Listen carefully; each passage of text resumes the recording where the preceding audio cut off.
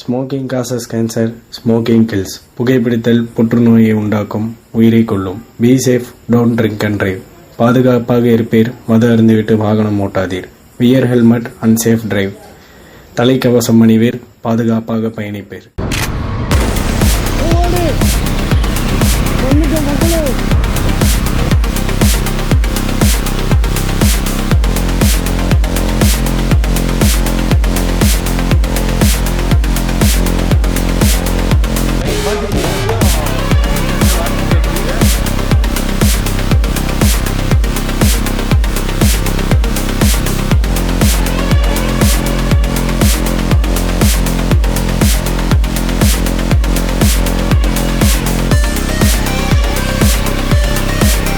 மக்களே, கண்டிப்பாக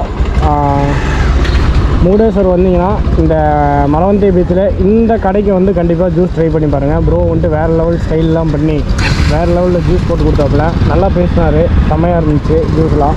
நான் வந்துட்டு அந்த பிளாக்பெரின்னு சொல்லிட்டு ஒரு ஜூஸ் வாங்கி கொடுத்தேன், செம்மையாக போட்டு கொடுத்தாரு எனக்கு. எக்ஸ்பெஷலி டைம் எடுத்து போட்டு கொடுத்தாப்புல. ஸோ அதனால் இந்த சைடு வந்தீங்க அப்படின்னா மறக்காமல் ட்ரை பண்ணி பாருங்கள். மலவந்தை பீச் இன்னும் ஒரு 2.5 கிலோமீட்டர்ஸில் வந்துட்டு உங்களுக்கு இந்த பீச்சோட இந்த செட்டப் முடிஞ்சிடும். ஸோ இன்னும் ஒரு 2.5 கிலோமீட்டர்ஸில் உங்களுக்கு இந்த பீச் இந்த கல்லுகளாக வச்சுருக்காங்க பார்த்தீங்களா, அது இன்னும் ஒரு கொஞ்சம் தூரத்துக்கு தான் இருக்கும், அதுக்கப்புறம் உங்களுக்கு இருக்காது. ஸோ அதனால் வந்துட்டு நான் ஃபுல்லாக வீடியோ கண்டிப்பாக பண்ணுறேன். இந்த பாறைகள் வந்து எதுக்காக இப்படி போட்டிருக்காங்க அப்படிங்கிறது உங்களை யாருக்காவது கமெண்ட்ஸில் தெரிஞ்சால் கமெண்ட் செக்ஷனில் கமெண்ட் பண்ணுங்கள். அது அழகுக்காகவா, இல்லை மண்ணரிப்பை தடுப்பதற்காக போட்டிருக்கிறாங்களா, இல்லை வேறு ஏதாவது காரணங்கள் உண்டா அப்படி என்பதை யாரேனும் அறிந்தால் மறக்காமல் கமெண்ட் செக்ஷனில் கமெண்ட் தெரிவிக்கவும்.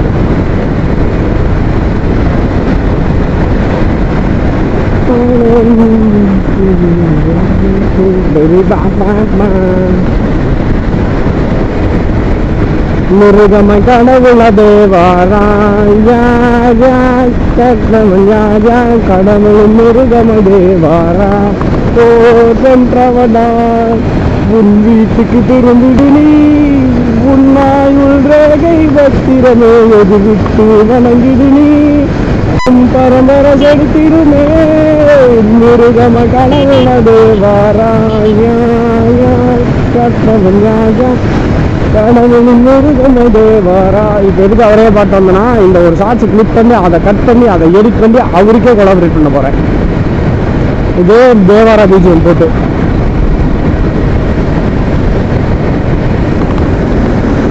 அப்படியே ஒரு லாங் நின்று வரும்போது அவரை பார்த்தீங்கன்னு வைக்கல, செம்ம அட்ராக்டிவாக இருக்கிறாப்புல. ஏஞ்சலுக்கும் அவரோட அந்த பிபி ஜாக்கெட்டுக்கும் அவரோட அந்த ரைடிங் பொசிஷனுக்கும் மனுஷன் அப்படியே ஃப்ரண்ட் வியூலேருந்து பார்த்தா சும்மா அவ்வளோ ஒரு அட்ராக்டிவாக இருக்கிறாப்புல. ஐயோ டேக போடலை ஐயோ மக்களே, கையை விடுறேங்க சண்டைக்கு வந்துடாதீங்க. ஹெல்மெட் டேக் போட மறந்துட்டேன். ஸோ அதுதான் டேக் போட்டுருக்கிறேன். பட் ஆனால் இந்த ஏரியாலாம் ரொம்ப வெயில் மக்களே. வெயில் காலத்துலலாம் வந்தீங்கன்னா ரொம்ப சிரமம். முடிஞ்ச அளவுக்கு நிறையா பிரேக் எடுத்துக்கோங்க. நிறைய பிரேக் எடுத்து டீஹைட்ரேட் ஆகாமல் பார்த்துக்கோ உடம்ப. ஏன்னா டீஹைட்ரேட் ஆகிட்டீங்க அப்படின்னா நீங்கள் வந்து டிரைவ் பண்ணுறதுக்கு ரொம்பவும் கஷ்டம். ஏன்னா நீங்கள் டீஹைட்ரேட் ஆகிட்டீங்க அப்படின்னா ஃபஸ்ட்டு என்ன ஆகுனா பாடி டயர்டாகும். செகண்ட் திங் வந்து பார்த்தீங்கன்னா உங்களுக்கு டோட்டலாக வந்து தலைவலி எடுக்க ஆரம்பிச்சிடும். என்றைக்குமே ட்ரிப் ஆகட்டும், ட்ராவல் ஆகட்டும், எக்ஸ்ப்ளோரில் எந்த ஒரு விஷயமும் இருந்தாலும் எப்போங்கிற ஒரு விஷயம் வந்துருச்சு அப்படின்னா உங்களால் அந்த ட்ராவலை வந்து என்ஜாய் பண்ணவே முடியாது, வைப் பண்ணவும் முடியாது. ஸோ நான் வந்து பார்த்தீங்கன்னா பின்னாடி நம்ம பேக்கில் எனக்கு தேவையான எல்லா மெடிசன்ஸும் வச்சுருக்கேன். ஸோ நமக்கு நெக்கில் ப்ராப்ளம் இருக்காங்காட்டி நான் நெக் பெயின்ஸ் ஆல்சோ வச்சுருக்கேன். டேப்லெட், தலைவலி டேப்லெட் கூட வச்சுருக்கேன். ஹெட்செட்டு தலைவலி டேப்லெட் காலையில் சாப்பிட்டுட்டு தலைவலி டேப்லெட் போட்டுட்டு தான் வண்டியே எடுத்தேன். ஆனால் இப்போ ஃப்ரெஷ்ஷாக இருக்குது. எனக்கு அந்த ஒரு 1 or 2 hours தான் அந்த டேப்லெட் போட்டோன்னா சரியாக போயிடும். ஸோ அதனால் நீங்கள் மஸ்ட்டு இந்த மாதிரி ரைடு வரக்குள்ள உங்களுக்கு பற்றி தெரியும் என்ன மாதிரி ப்ராப்ளம்ஸ் வரும், என்ன மாதிரி ப்ராப்ளம்ஸ் இருக்குது அப்படின்னு சொல்லிட்டு. அது இன்கேஸ் அந்த மாதிரி இருக்கவங்க டேப்லெட்ஸையும் சேர்த்து கேரி பண்ணிக்கோங்க.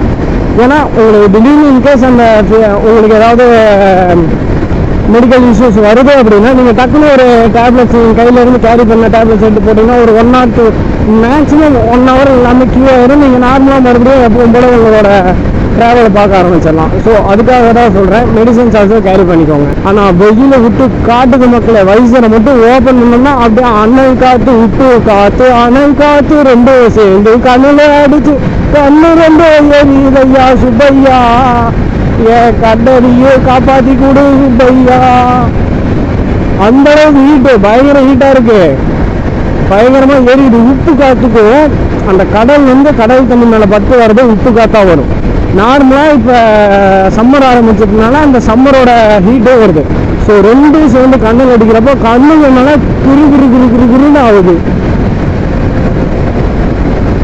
ஸோ இப்போ வந்து பார்த்தீங்கன்னா நம்மளுக்கு இன்னும் முருடேஸ்வருக்கு வந்து ஒரு 40 கிலோமீட்டர்ஸ் தான் இருக்குது. கிட்டத்தட்ட நம்ம முருடேஸ்வர் பக்கமாக ரீச் ஆகிட்டோம்.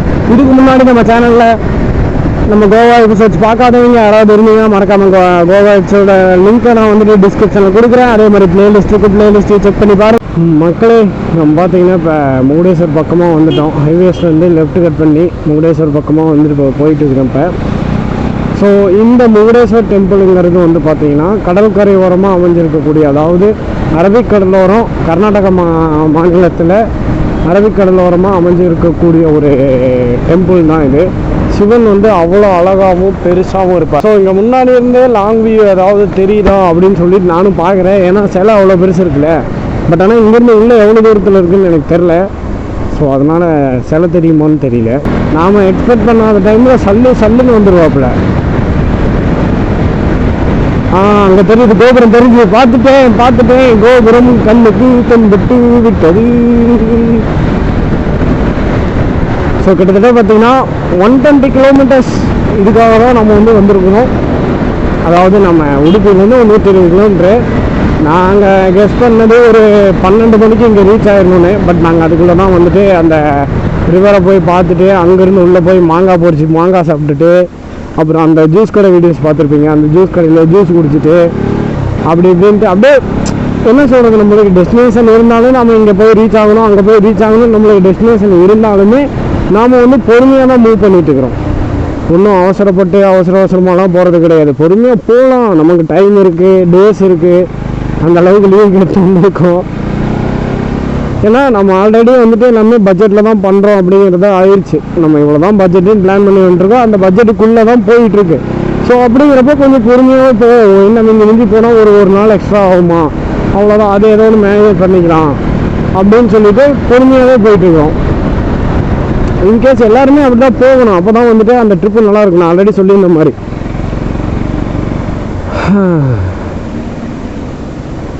ஜஸ்ட்டு என்னால் டிச்சில் இறங்கியிருந்தோம், அவ்வளோதான். அப்புறம் ஸோ கோகர்ணா போய் இன்றைக்கி ஈவினிங் சன்செட் மறுபடியும் கோகர்ணாவில் பார்க்க போகிறோம். சூப்பராக இருக்கும் கோகர்ணா. நாமும் வாங்கலாமா இன்ஸ்டா 360. நம்ம முதல்ல கோப்ரோ அப்டேட் பண்ணலான்னு நினச்சிட்டு இருந்தோம். ஒரு கிளாரிஃபிகேஷனும் இல்லை. ஏன்னா இப்போ கோப்ரோ வந்துட்டு அருண் விஜய் ப்ரோ நம்ம கோப்ரோ ரெடி பண்ணி கொண்டு வந்துட்டாங்க. ஸோ நான் அப்போயுமே வந்து தனியாக 12 வாங்கலாம் அப்படிங்கிற ஒரு ஐடியாவில் இருந்தேன். பட் ஆனால் நம்ம தலைவன் வந்துட்டு என்னங்கிற அப்படின்னா, நீ 8 போதும், அதை வச்சே பண்ணு அப்படிங்கிற மாதிரி சொல்கிறாப்புல. ஸோ அதை பற்றி நீ போய் டீட்டெயில்டாக பேசுவோம் தலைவன்கிட்ட. அப்படியே நைஸாக வந்துட்டு சைஸாக வந்து கீழ் சுவிட்ச் ஆஃப் பண்ணி விட்டார் மக்களே. அந்த டைம்னு பார்த்து கேமராவும் ஆன்ல இல்லை. சேட்டை பிடிச்ச பையன் ப்ரோ, அவரு சேட்டை பிடிச்ச பையன். ஐயோ இங்கேயே சாப்பிட்லான்ட்டாங்கன்னா சைவம் போட்டு கொண்டு போடுவாங்கல்ல நம்மளுங்க. நான் கேட்டால் பசி இல்லைன்றது, பசி ருசி அறியவில்லைன்றது. ஓ இங்கே ஏதோ நீர் குளம் குட்டை தெப்பக்குளம் இது ஏதோ கோவில். வந்துட்டேன் மக்களே, அன்அக்செப்டட். சும்மா வெறித்தனமாக இருக்குது போங்க. இது வரைக்கும் ரீல்ஸ்லையும் கூகுள் ஃபோட்டோஸ்லையும் இன்ஸ்டாகிராம் போஸ்ட்லையும் பார்த்துட்டு நேரில் பார்க்க முடியும். அப்பா பரமேஸ்வரா, சும்மா வேற லெவலில் இருக்குங்க. அடடடா,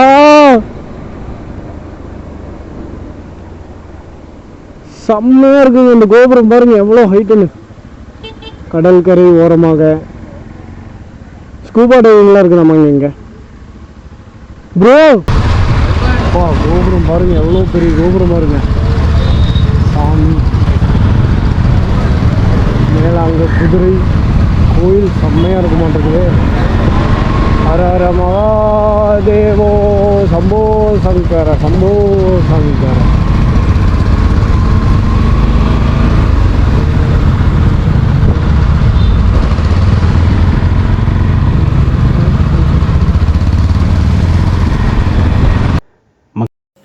மக்களே, லக்கிலி நம்ம டெம்பிள் க்ளோசிங் 15 மினிட்ஸுக்கு முன்னாடியே நம்ம ரீச் ஆகிட்டோம்.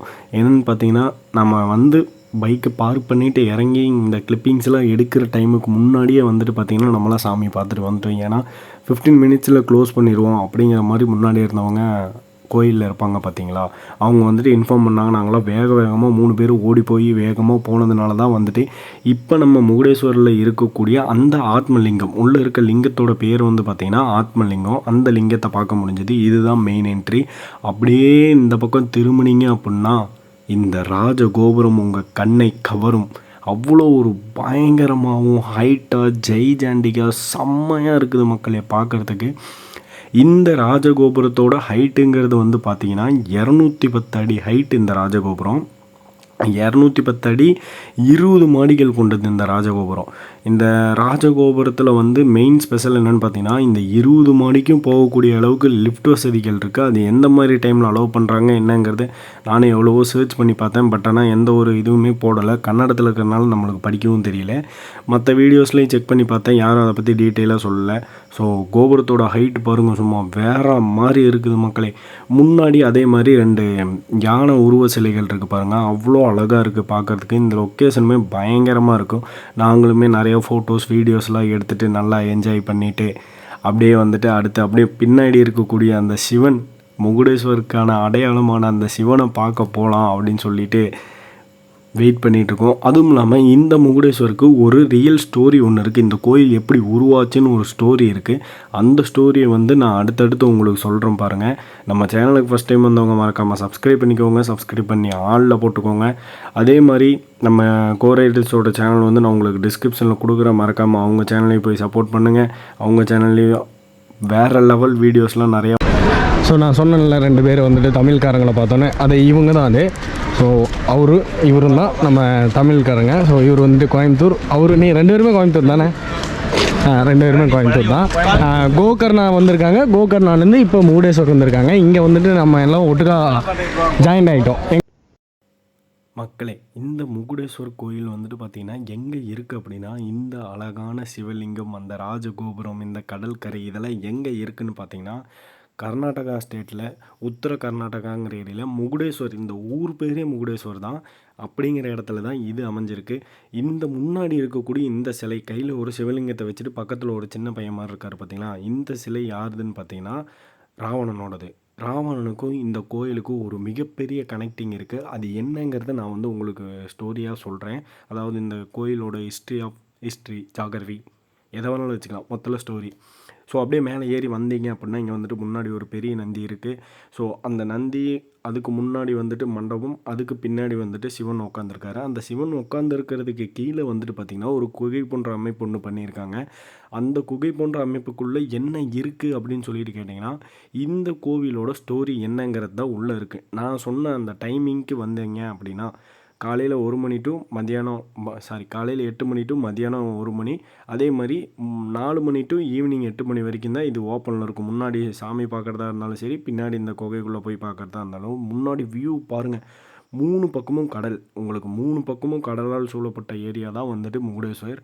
அதுவும் வியூ பாருங்கள், உண்மையாலுமே வேறு மாதிரி இருக்குது மக்களே, தரமான வியூ. மக்களே, முகுடேஸ்வரில் இருக்கக்கூடிய இந்த சிவன் சிலையோட உயரங்கிறது வந்து பார்த்திங்கன்னா 123 அடி. அதாவது 123 அடி உயர சிவன் சிலை. உலகத்திலேயே இதுதான் 3வது பெரிய சிவன் சிலையாகவும் இருக்குது. ஸோ முகுடேஸ்வர் பக்கம் வந்தீங்க அப்படின்னா கண்டிப்பாக இந்த இடத்த வந்து விசிட் பண்ணி பார்க்காம போகாதீங்க. அதாவது பை ரோடு வழியாக நீங்கள் இப்போ உடுப்பியிலேருந்து கோகர்ணா போகிறீங்க, இல்லை கோகர்ணாலேருந்து இந்த பக்கம் உடுப்பி சைடு வரீங்க அப்படின்னா கண்டிப்பாக மஸ்ட் விசிட் ஒரு டைம் ட்ரை பண்ணி பாருங்கள். அந்தளவுக்கு சூப்பராக இருக்குது. அண்டு நான் சொல்லியிருந்தேன் பார்த்தீங்களா, இந்த கோவிலுக்குன்னு ஒரு ஸ்டோரி இருக்குது. அது என்ன ஸ்டோரி அப்படின்னு பார்த்தீங்கன்னா, ராவணன் வந்து சிவனை நோக்கி தவம் இருக்கிறாரு. எதுக்காக தவம் இருந்தாருன்னு பார்த்தீங்கன்னா, ஆத்மலிங்கம் வேணும் அப்படின்னு சொல்லிட்டு. ஆத்மலிங்கங்கிறது என்னன்னு பார்த்தீங்கன்னா, ஆத்மலிங்கம் யார் ஒருவர் வந்து ஆத்மலிங்கத்தை வச்சுருக்காங்களோ, அதை வச்சு வழிபடுறாங்களோ அவங்களுக்கு நியர்பை சாகாவரம் மாதிரி. அவங்க அவ்வளோ சீக்கிரத்தில் அவங்கள யாராலையும் அழிக்கவும் முடியாது, அவங்களுக்கு மரணமும் வராது. அதுதான் ஆத்மலிங்கம். ஸோ இதுக்காக வந்துட்டு நம்ம ராவணன் வந்து கடுமையாக தவம் இருக்கார் பல நூற்றாண்டுகள். அப்படி தவம் இருந்து அந்த தவத்தை பார்த்து நம்ம சிவன் வந்து மனம் இறங்கி அவருக்கு வந்து காட்சி கொடுக்குறாரு. ராவணன்கிட்ட சிவன் கேட்குறார், உனக்கு இந்த மாதிரி என்ன வேணும், உன்னோட தவத்தில் நான் மெய் செலுத்தேன், உமக்கு என்ன வேண்டும் என்று கேட்கிறார். அதற்கு வந்து நமது ராவணன் வந்து பதில் கூறுகிறார், எனக்கு ஆத்மலிங்கம் வேண்டும் என்று. சிவன் வந்துட்டு, நான் ஆத்மலிங்கம் உனக்கு கொடுக்கிறேன், ஆனால் ஒரு நிபந்தனையுடன் தான் உனக்கு ஆத்மலிங்கம் கொடுப்பேன் என்று அவர் சொல்கிறார். திடீர்னு புலமை ஆகிட்டேன். ஸோ அதே மாதிரி வந்துட்டு அவர் ஒரு கண்டிஷனோட தான் கொடுப்பேன்னு சொல்லியிருந்தார் பார்த்தீங்களா. அது என்ன அப்படின்னா, நீ இங்கிருந்து இலங்கை போகிற வரைக்கும் இந்த லிங்கத்தை எங்கேயும் கீழே வைக்கக்கூடாது. அப்படி கீழே வச்சுட்டு அப்படின்னா அந்த லிங்கத்தை எடுக்க முடியாது அப்படிங்கிற மாதிரி அவர் ஒரு நிபந்தனையோடு சொல்கிறார். ராவணனும் ஓகே நான் பார்த்துக்கிறேன்னு சொல்லி வாங்கிட்டு வராப்புல. பட் ஆனால் ராவணன் எப்பயுமே அவர் ஒரு மிகப்பெரிய சிவபக்தன். சூரியன் அஸ்தமனமாகிற டைமில் அவர் எப்பவுமே வந்து சிவனை நோக்கி ஒரு 5 நிமிடமாவது தவம் பண்ணுறது அவரோட வழக்கம்.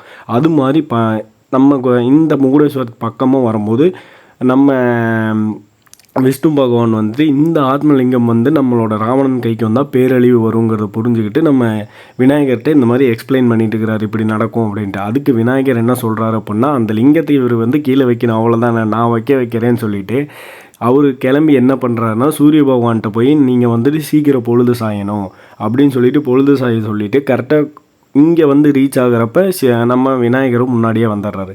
விநாயகர் வந்து பார்த்திங்கன்னா அவரோட ரூபத்தில் இல்லாமல் ஒரு சின்ன பையன் ரூபத்தில் வந்து கரெக்டாக இங்கே வரும்போது ராவணனும் வந்து பார்த்திங்கன்னா தவம் செய்யணும். அவர் என்ன பண்ணுறதுன்னு முழிச்சிட்டு இருக்கிற டைமில் வந்து நம்ம விநாயகர் என்ன அப்படிங்கிற மாதிரி கேட்டிருக்காப்புல. அப்போது வந்துட்டு நான் இந்த மாதிரி தவம் பண்ணணும், ஆனால் இந்த சிவலிங்கத்தை கீழே வச்சிடக்கூடாது, கீழே வைக்காமல் இருக்கணும் அப்படின்னா. அதுக்கு நம்ம விநாயகர் தான் ஆல்ரெடி பிளானை போட்டு வந்திருக்காருல, கொடுங்க நான் பத்திரமா வச்சுக்கிறேன் அப்படின்னு சொல்லிட்டு அவர் சொல்கிறாரு. அவரும் ராவணனும் கொடுத்துட்டு போய் தவம் செஞ்சுட்டு வந்து பார்க்குறாரு. நம்ம விநாயகர் வந்து அந்த சிவலிங்கத்தை வந்து கீழே வச்சிட்றாரு. கீழே வச்சதுக்கப்புறம் அந்த சிவலிங்கத்தை அசைக்க முடியல, எதுவுமே பண்ண முடியல. கோவத்தில் ராவணன் ரொம்பவுமே அந்த சிலையை எடுக்க ட்ரை பண்ணும்போது அந்த ஆத்மலிங்கம் உடையுது. உடஞ்ச ஒரு பாகம்தான் இப்போ நம்ம முகுடேஸ்வரில் இருக்கக்கூடிய ஆத்மலிங்கம். இதுதான் முகுடேஸ்வரோட ஸ்டோரி. இந்த ட்ரோன் கிளிப் எப்படி இருந்துச்சுன்னு மறக்காமல் சொல்லுங்கள் மக்களே. பார்த்தீங்கன்னா முகுடேஸ்வரோட மெயின் என்ட்ரி, அதாவது நீங்கள் கோஸ்டல் பைபாஸில் வந்துருந்தீங்க அப்படின்னா இந்த என்ட்ரி தான் வந்துட்டு பார்த்தீங்கன்னா உங்களுக்கு மெயின் என்ட்ரன்ஸாக இருக்கும். நாம் உள்ளே வந்தது வந்து மெயின் என்ட்ரன்ஸ் கிடையாது, இதுதான் மெயின் என்ட்ரன்ஸு. சூப்பராக இருக்குது.